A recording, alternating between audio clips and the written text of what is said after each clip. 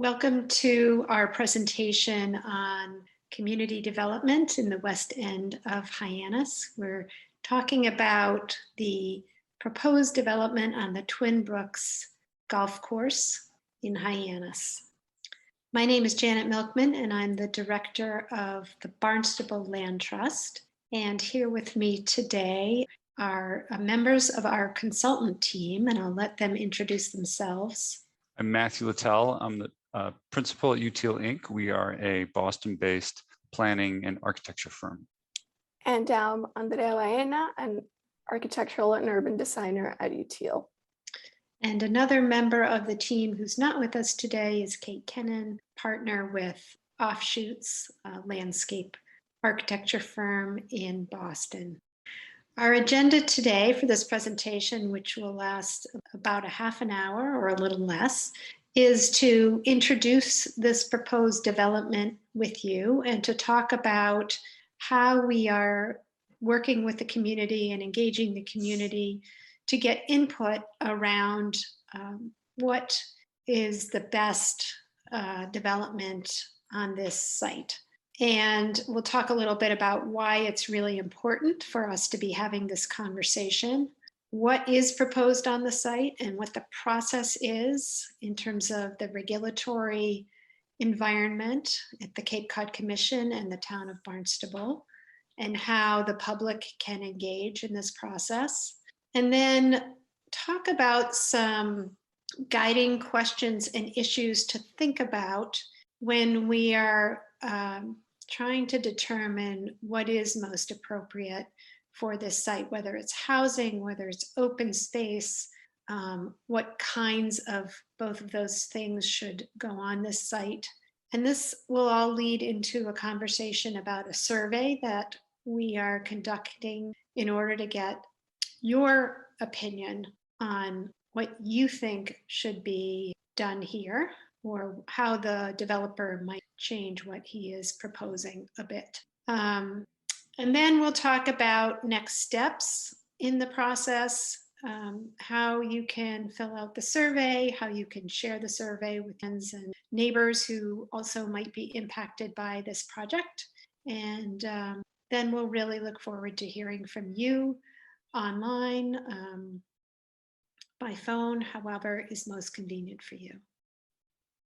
So let's start with the proposed development. Lennar Multifamily Communities, which is a very large national development company. Their website says they are one of the largest home builders in the nation.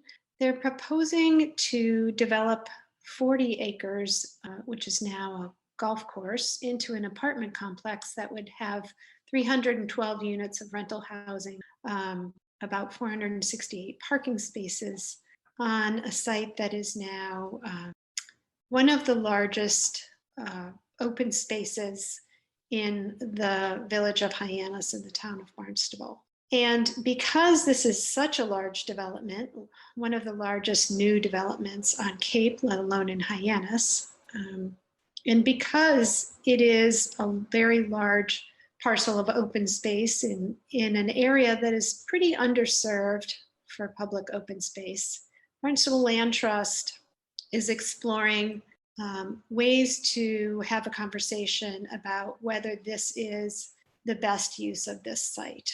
Is there a way to both protect open space and natural resources and provide very much needed housing, as well as supporting economic development that's so vital to Cape Cod's downtown, which is Hyannis.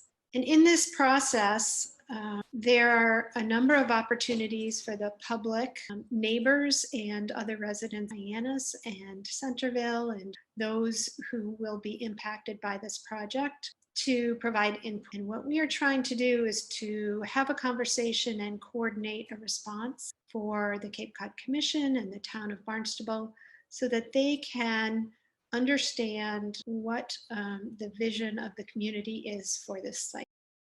And the process for this effort is, first of all, to do some mapping and site analysis, which our consultants at Utile have already done, put together the structure for this conversation. Step 2, where we are right now, is a series of engagement meetings and a survey with this recording as part of it. We are meeting with local groups. We will meet with your group if you would like. We're really looking to engage with anyone who's interested in having a conversation about what should go on this site. And we'll be doing that for another few weeks, which will take us into mid to late November. And at that point, all of the input that you give us will be considered and turned into alternative concept designs for the site by our consultant. And then we'll come back to you with a few choices, and you'll be able to say which one you think best meets your ideas and ideal vision for this project. And then again, the consultant will take that input and put together a final consensus plan, which we will share with the regulatory bodies, in this case, the Cape Cod Commission, the town, and the decision makers there. And that will be a very structured way to get input from you. The proposed development is very significant, not only because it occupies a very important large swath of open space in the west end of Hyannis, but because it really is perhaps one of the largest residential development proposals on the Cape. The current proposal consists of 312 apartments in several different buildings. What you're seeing at the right here is a rendering that was provided by the developer of the scale and style of those buildings.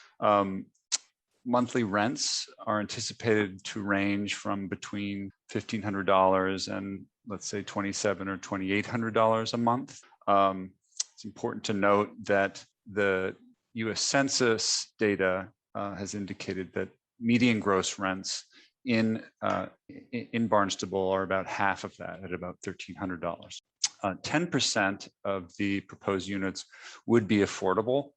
That's about 31 apartments that would have a deed restriction or some other mechanism to ensure that the rents for those apartments would be kept at an affordable rate. The developer is proposing a variety of different unit types, including studios, 1 bedrooms, 2 bedrooms, 3 bedrooms, and again, in 13 buildings located around the site. The project is in the beginning stages of its approval process. Because of its size and significance, it will require approvals from the Cape Cod Commission, which is an ongoing process. In addition, once achieving approvals from the Cape Cod Commission, the project would need to establish a developer's agreement also with the town, and to undergo review by various regulatory bodies in the town, perhaps including the Planning Commission or others. There are several issues that will certainly come up during this process, some of which have to do with environmental impacts, such as stormwater runoff that may be associated with the parking areas that you're seeing here on the right-hand image. Other issues that may come up will certainly include a discussion about traffic. The project, as it has submitted, is estimated to increase the daily trips from this site from about 550 to roughly 1,700 trips a day. It is critical to address housing. It's a consistently identified need on the Cape generally, and particularly in Hyannis. But there is also a need to conserve open space in the fragile ecological environment of the Cape. Housing needs are acutely felt by everyone. According to a recent report, 81% of homeowners in Hyannis are what's called cost burdened, which means that they have to spend more than 30% of their income to maintain their mortgages or rent. There is a problem associated with attracting and retaining workers and employees who can afford to live in this town year round. So while the housing needs are certainly well known, so are the needs of the environment and the needs for conservation. The significance of this site is that it is proximate to several bodies of sensitive water. And there is a continuing issue on the Cape with pollution associated with fertilizers, excessive stormwater, which are some of the contributing factors to some things that all residents notice, such as odors or shellfish closures. What's important to understand from the sort of conservation aspect is that the Twin Brook site is not just a standalone site. It actually borders a very important set of natural systems. Freshwater drains from Aunt Betty's Pond through Stewart's Creek. Fawcett's Pond actually drains underwater towards Joshua's Brook, which you see on the left-hand side of this image, also feeds into Stewart's Creek. Both of these borders create wetlands, which are on both sides of the project and downstream as well. So it's important when we think about the future of this site to think about it not just as a standalone piece of green turf, but a very important asset in a much larger connected ecosystem within this region. So now we're going to talk a little bit more about what the proposed development includes and what are the current site conditions. So currently the site is used as a golf course, a private recreational open space. As Matthew was mentioning, it is bordered by Stewart's Creek and Joshua's Brook on east and west, and by the Hyannis Resort and Convention Center on the north. It is worthy to note that development here would have access to the Stewart system. The current proposal may alter the balance of the developed area and the surrounding natural resources. In fact, the current proposal would increase the amount of impervious surfaces in this 40-acre property from 0.1 to approximately 8.7 acres. And as you can see in this image, even though the current development proposal maintains a distance from the fragile wetlands, the plan does fall slightly within the 500-year floodplain. Much of the tree canopy that currently exists within the golf course outside of the wetlands would be cleared to make room for buildings and parking proposed in this plan. So now we're going to talk about some guiding questions and issues that we would like to discuss with all of you and to hear more from you in future meetings or through the survey. We really want to build together a vision that balances the needs for more housing and for development with the environmental needs and the conservation of the natural systems. So to guide this conversation, we're going to talk about first how the site relates to the neighborhoods around the site and to downtown. And then we're going to talk about the relationship between the site and the natural systems. The site is located at the edge of the growth incentive zone.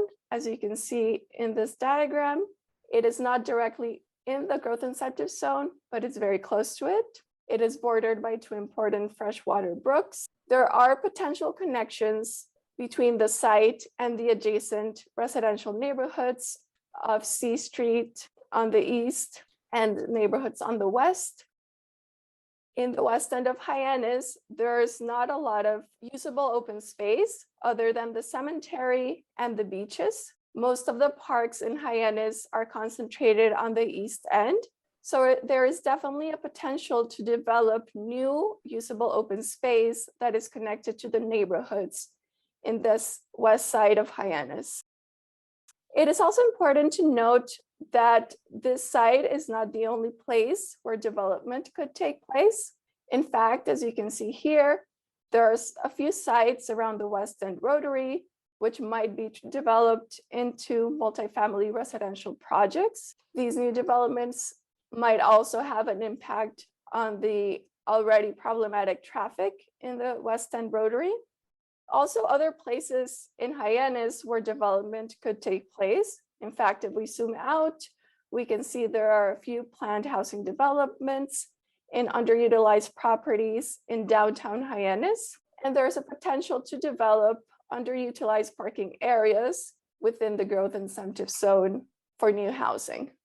So we want to hear from you about what you think the development in this site could look like. Here are some choices that would help us develop some alternative visions for the site. Do you imagine developing housing in the site, be it affordable or market rate housing, or maybe a combination of both, or other land use options such as hotel, office, event space, mixed use development, which might include residential and other types of land use, or no development?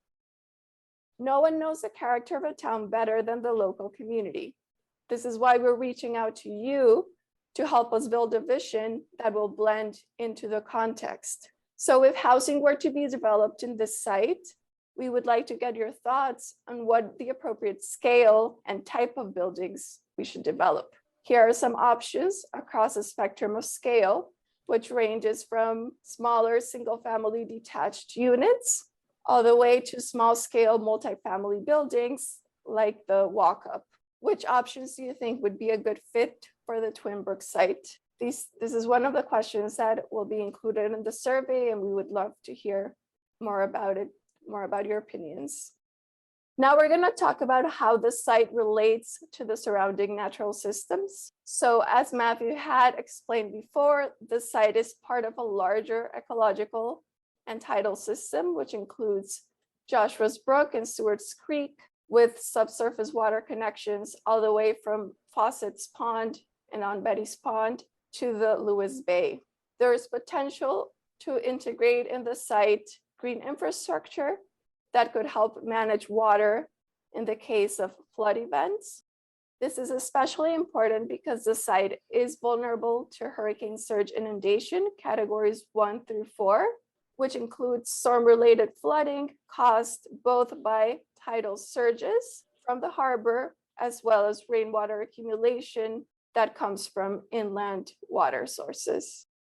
In this site, we find a great variety of ecological conditions which come together. A large part of the site is covered by turf grass.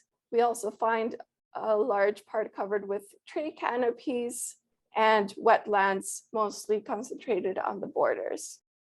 We would like to get your ideas on how do you think we could connect the site both with the surrounding natural systems and the C Street and Greenwood Street neighborhoods to the east and west of the site. Here are some options, some ideas of how these connections could happen. Could we maybe provide pedestrian access from the neighborhoods into the site, going over the wetlands? Could we create some usable neighborhood open space within the site that benefits people living in the area? Could we establish trails that run along the brooks? Or could we be even more ambitious and think about creating a public path that connects the site, Stewart's Creek, and the beach, going through C Street to create some kind of loop? Or should we focus on protecting neighborhoods from any noise or activity? And if we do create or enhance the open space, what types of activities do you envision happening in these spaces? Do you envision active recreation, such as playgrounds or sports facilities? Do you envision places for events, picnics, or barbecues, community gardens, an outdoor learning center for kids to learn about all the natural resources we have in the area, or some trails either running along the path or elevated paths crossing the wetlands? And if you have any other ideas that are not listed here, we would love to hear about them. What kind of activities and what do you envision in this new open space? Lastly, we would like to get a sense of what the overall priorities are for the reuse of this site. We would like to know, out of these options, which ones do you think are most important? Do you think we should focus mostly on creating open green space that is accessible to the residents in the area? Should we focus on mitigating impacts of climate change or protecting wildlife habitat? Should developing housing be a priority, either market-priced housing or affordable housing? Should we provide access to the site's natural resources, or should we contribute to the economic growth of Hyannis? And can you think of any other important opportunities or challenges that haven't been mentioned so far that you think are important when thinking about a vision for this site?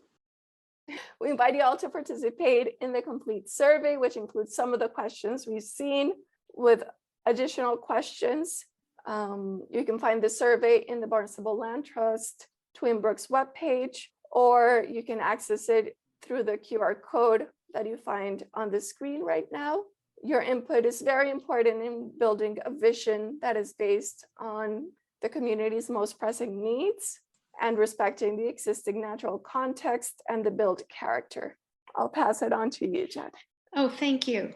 So the online survey questions are a little more specific than what you've seen here. We're asking for both your general comments on the best use of the site, and again, we're open to other creative suggestions. For example, we'll ask you what you think the Resort and Conference Center, which is actually part of the same ownership, but not part of the proposed development, how might that be integrated into a vision for this site?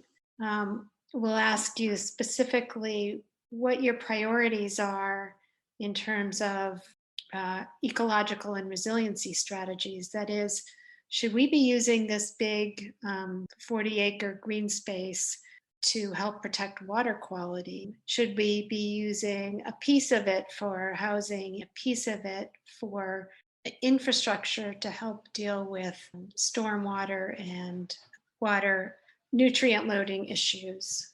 What are the best opportunities that this site provides? And if you want to see a public park, for example, what would you want opportunities for on that site? A community garden, a bike path, etc.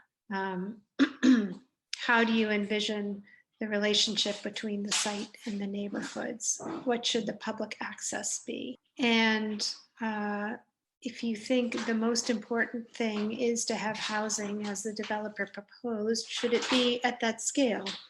Should it be that kind of housing? And what should the price points be? What is most needed on that site?